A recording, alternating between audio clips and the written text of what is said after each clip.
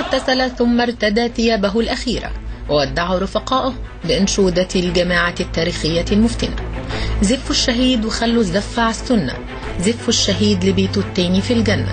هكذا ظن إمام مرعي محفوظ أبو مريم أنه ذاهب إلى الحور العين بمجرد ضغطة من السبابة على در بجوار محرك السيارة لتلتهم قذائف اللهب أجساد الأبرياء. وفي شارع عرب الطويلة بالمطرية ولد لأب الرقيق الحال، فعانى من شظف الحياة، فلجأ لتجارة الملابس المستعملة وتعرض لخسائر فادحة. تركها واستأجر سيارة أجرة وعمل عليها سائقا، إلا أن ذلك لم ينتشله من دائرة العوز وقلة الحال. ذات يوم ضاق به الحال فلجأ إلى مسجد آدم في عين شمس، فالتقى بعناصر من تنظيم الإخوان فجندته ووضعته تحت مظلتها الاجتماعية، وبات من أنشط أعضائها في المنطقة. كانت المطرية وعين شمس مرتعا لعناصر جماعتي الجهاد والجماعة الإسلامية، ففيها خططت الجماعتين لأحداث العنف التي وقعت في البلاد منذ اغتيال السادات وحتى أحداث العنف التي شهدتها البلاد في منتصف تسعينات القرن الماضي.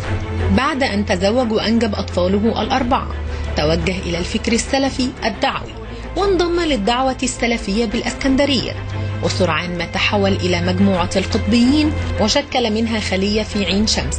وسرعان ما اكتشف أمره وألقت الأجهزة الأمنية القبض عليه وأفرج عنه قبيل ثورة 25 من يناير. اشتعلت الثورة فتوجه إلى خلف مسجد عمر مكرم، حيث المجموعات التكفيرية التي رفعت لواء القاعدة الأسود وكانت هاربة لتوها من سجون ترى وأبي زعبل.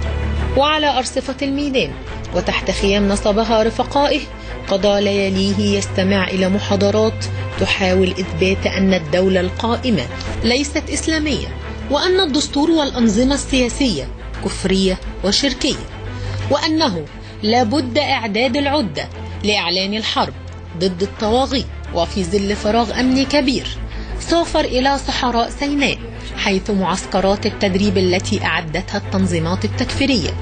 هناك على مرأى ومسمع الرئيس المعزول محمد مرسي وقيادات التنظيم. كان الرجل الذي دفع به إلى هناك هو نبيل المغربي، أحد قيادات تنظيم الجهاد الضالعين في قتل الرئيس الراحل السادات. قبيل ثورة يونيو ذهب للاعتصام في ميدان ربعة ضمن مجموعة تكفيرية اتخذت من مربع أمام طيبة مول. مكانا لاعتصامهم قادها ذراع محمد الظاهري اليمنى داود خيرت. وعند ذهاب القوات لتنفيذ قرار الحكومة المصرية بفض الاعتصام، كان ضمن مجموعة كلفها تنظيم الإخوان وحلفائها للتصدي لقوات الأمن، فتعرض للإصابة بطلق ناري فهرب من هناك إلى سيناء مرة أخرى. ربطته قيادات أنصار بيت المقدس بعناصرها في المنصورة بكنا وشفرات، وجهزته نفسيا وماديا لتفجير نفسه خلف مبنى مديرية الأمن ليلقي نفسه في الآخرة.